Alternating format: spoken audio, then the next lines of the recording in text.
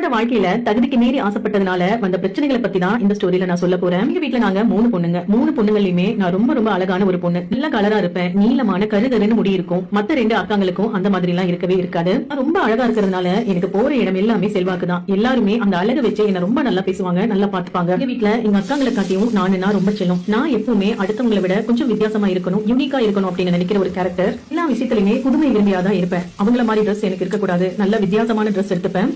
பொருள்னு எல்லாத்துலயுமே அப்படித்தான் சூஸ் பண்ணுவேன். எங்க குடும்பத்துல எல்லாருமே எனக்கு அடிபணிஞ்சுதான் நடப்பாங்க.